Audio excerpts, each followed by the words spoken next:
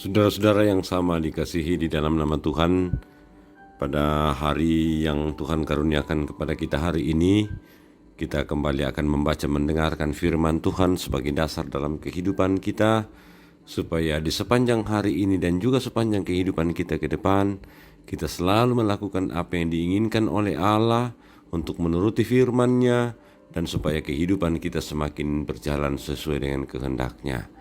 Kita akan membaca firman Tuhan, mari kita berdoa. Terima kasih Tuhan untuk hari baru yang Tuhan karuniakan. Kami kembali akan membaca mendengarkan firman-Mu. Mampukan kami mengertinya Tuhan, supaya kami dapat lakukan di sepanjang hidup kami. Dalam nama Yesus, firman yang hidup, kami berdoa kepada Bapa di sorga. Amin. Firman Tuhan hari ini saudara-saudara dari Injil Lukas pasal 4 ayat 38 sampai ayat yang ke-44. Injil Lukas pasal 4 ayat 38 sampai ayat yang ke-44. Kemudian ia meninggalkan rumah ibadat itu dan pergi ke rumah Simon. Adapun ibu mertua Simon demam keras, dan mereka meminta kepada Yesus supaya menolong dia. Maka ia berdiri di sisi perempuan itu lalu menghardik demam itu, dan penyakit itu pun meninggalkan dia. Perempuan itu segera bangun dan melayani mereka. Ketika matahari terbenam, semua orang membawa kepadanya orang-orang sakitnya yang menderita bermacam-macam penyakit. Ia pun meletakkan tangannya atas mereka masing-masing dan menyembuhkan mereka. Dari banyak orang keluar juga setan-setan sambil berteriak, "Engkau adalah anak Allah." Lalu ia dengan keras melarang mereka dan tidak memperbolehkan mereka berbicara, karena mereka tahu bahwa ia adalah Mesias. Ketika hari siang, Yesus berangkat dan pergi ke suatu tempat yang sunyi. Tetapi orang banyak mencari dia, lalu menemukannya dan berusaha menahan dia supaya jangan meninggalkan mereka. Tetapi ia berkata kepada mereka, "Juga di kota-kota lain aku harus memberitakan Injil kerajaan Allah, sebab untuk itulah aku diutus." Dan ia memberitakan Injil dalam rumah-rumah ibadat di Yudea. Amin. Saudara-saudara yang sama dikasihi di dalam nama Tuhan, salah satu bagian penting dalam pelayanan Yesus yang patut kita renungkan dan patut kita perhatikan di masa-masa sekarang ini adalah ketika dia menyembuhkan orang yang sakit, dia mengusir kuasa roh jahat, dia melakukan sesuatu yang kemudian dilakukan oleh orang dan kuasanya menjadi luar biasa dalam kehidupan orang tersebut, seperti dalam perikop pembacaan kita tadi. Mengapa saudara-saudara kita perlu memperhatikan bagian ini? Coba kita perhatikan bersama-sama. Ketika Yesus menghardik angin ribut melalui perkataannya, ketika Yesus mengusir roh jahat, dia melakukan itu, menghardik itu, roh jahat itu juga dengan perkataannya. Dan juga penyembuhan yang dilakukan itu sebelumnya dengan komunikasi terhadap yang sakit dan seterusnya. Nah, saudara-saudara, kita dapat menyimpulkan bahwa ternyata kuasa perkataan Yesus itu betul-betul memiliki kuasa yang sangat dahsyat, sangat luar biasa.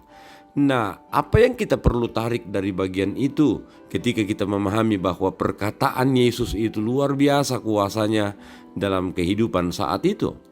Sekarang ini saudara-saudara, sebagai pengikut Yesus Kristus, kita dapat memperhatikan bahwa ternyata ketika kita menaruh bagian penting dalam perkataan Yesus dalam setiap apa yang kita katakan, apa yang kita lakukan, apa yang kita rencanakan, dan apa yang kita betul-betul pikirkan dalam kehidupan kita, maka apapun yang kita lakukan tersebut atas dasar kuasa dari perkataan Yesus firman Tuhan, maka itu akan memberikan kuasa yang sungguh luar biasa dalam kehidupan kita. Tetapi sayang saudara-saudara, sekarang ini tanpa kita sadari, kadangkala kita betul-betul disibukkan oleh begitu banyaknya kegiatan kehidupan yang tanpa sadar di sana kita memboroskan seluruh perkataan-perkataan kita melalui pikiran-pikiran kita yang justru berpusat hanya pada diri kita sendiri. Kita banyak kali berkata-kata, kita banyak kali menyusun rencana-rencana, dan itu kita katakan baik di hadapan orang maupun juga dalam doa kita kepada Tuhan. Padahal sebenarnya yang terjadi di sana adalah ketika kita hanya berpusat kepada diri kita sendiri. Coba saudara-saudara, kita pahami apa yang kemudian dialami oleh orang-orang pada saat itu ketika Yesus menyatakan kuasanya melalui perkataan dari setiap sabda yang dikeluarkannya, dan itu tentu berdasarkan kehendak Bapanya yang di sorga, bahwa perkataan-perkataan itu membawa kuasa. Dan oleh karena itu memang perlu untuk kita perhatikan bersama-sama sekarang ini, bahwa setiap perkataan kita yang berusaha kita dasarkan kepada apa kehendak Tuhan, maka yakinlah setiap perkataan, setiap rencana, setiap perbuatan kita di hadapan setiap orang juga akan membawa kuasa yang dari Allah untuk mengubah kehidupan di sekitar kita dan juga secara pribadi dalam kehidupan kita sendiri. Saudara-saudara, marilah dalam menjalani seluruh keberadaan kehidupan ini, kita mungkin juga akan menemukan begitu banyak tantangan, begitu banyak masalah, begitu banyak penderitaan, begitu banyak kemustahilan. Tetapi ketika kita berkata-kata, ketika kita melakukan sebuah tindakan, ketika kita melakukan sebuah perbuatan atau menyusun langkah-langkah untuk melakukan hal yang terbaik dalam hidup kita, dilandasi oleh keyakinan dan iman kita kepada kuasa firman Tuhan, kuasa Tuhan melalui sabdanya, maka kita yakin semua itu akan berhasil. Tuhan memberkati kita semua. Amin. Saudara-saudara, mari kita berdoa. Saat ini Tuhan, kami menyerahkan seluruh hidup kami kepadamu. Kami meyakini, kami mengimani Tuhan bahwa kuasa-Mu melalui sabda-Mu menjadi sesuatu yang sangat luar biasa dahsyatnya. Dan oleh karena itu Tuhan, ajarkan kepada kami semua yang mendengarkan firman saat ini untuk sungguh-sungguh membawa seluruh bagian hidup kami ke dalam kuasa sabda-Mu yang luar biasa itu. Di masa yang lampau, begitu banyak orang sakit, begitu banyak orang yang punya pergumulan berat, begitu banyak tantangan yang bisa selesai di dalam kehadiran Yesus melalui sabda yang luar biasa.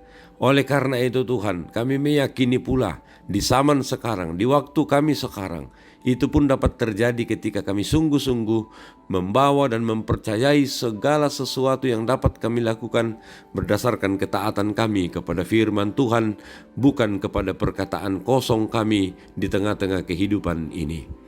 Tuhan, kami mau mendoakan yang sakit, Bapak Julius Dengen, Diaken Nyonya CH Dengen, Nyonya Esther Seinudin, Nyonya Dorce Tumembo, Nyonya Matis Ruru, Ibu Bondang Lande, Bapak Niko Duma, Ibu Giring Kalak Suso, Nyonya Simon Tando, Bapak TR Andi Lolo, Bapak Yusuf Rante, Bapak Oni Eskelak Borlawal, Nyonya Naomi Martin Bunga, Bapak Filipus Silambi, Jill Karoen, Bapak Agustinus A. Perangan, Liliani Omaketi, Nyonya Margareta Kobong, Bapak Karel Parano, Nyonya Ludia Kandola, Ibu Ludia Pareallo, Bapak Eli Roy Kapo, Nyonya Margareta Sara, Ibu Matilda Timisela, Naftali Minna, Nyonya Ludia Saloko, Bapak Musa Atina, Bapak Yunus Lampung Salu, Nyonya D. Palayukan, Bapak M. Pasalongan, Ibu Adolfina Tilang, Nyonya Ermin Bonggam, Nyonya Yohana Bura, Geo, Alfa Rendra, Bapak Pamian, Hendy Bungin, Bapak Yusuf Siranga, Bapak Daniel Lupang, Nyonya Martin Balle, Diaken Nyonya Desiana Luisito,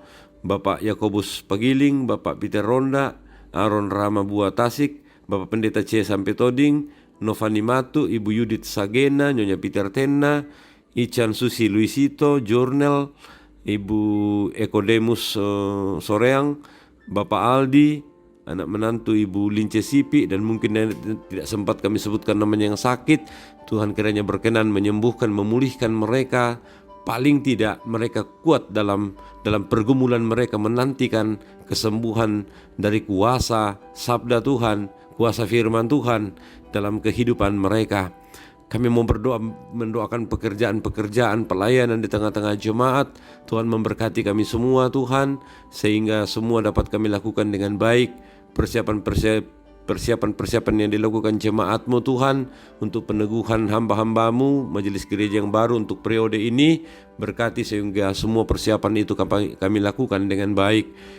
Berdoa mendoakan pemerintah bangsa dan negara kami, situasi yang terjadi di bangsa dan negara kami berdoa untuk pandemi COVID-19, biarlah Tuhan di dalam semua pergumulan-pergumulan seperti ini, kami tetap percaya akan kuasa firman-Mu yang menggerakkan kami semua, menggerakkan anak-anak Tuhan dimanapun, untuk melalui seluruh bagian hidup hanya melalui kuasa firman-Mu itu. Bapa di sorga, kami juga mau berdoa, mendoakan rencana-rencana program pelayanan dalam jemaat ini ke depan. Kami tidak mampu melakukan itu semua tanpa dasar dari firman-Mu Tuhan, dan biarlah firman-Mu yang berkuasa itu sungguh-sungguh menjadi alas dan menjadi dasar yang baik, dasar yang sesungguhnya di tengah-tengah semua apa yang kami programkan, yang kami katakan, yang kami pikirkan dan rencanakan di masa yang akan datang. Berkati kami terus Bapa, ampuni salah dosa kami, dalam nama Tuhan Yesus kami berdoa, amin. Jalani kehidupan ini dengan dasar firman Tuhan, saudara-saudara, dan Tuhan sungguh memberkati kita semua. Salam.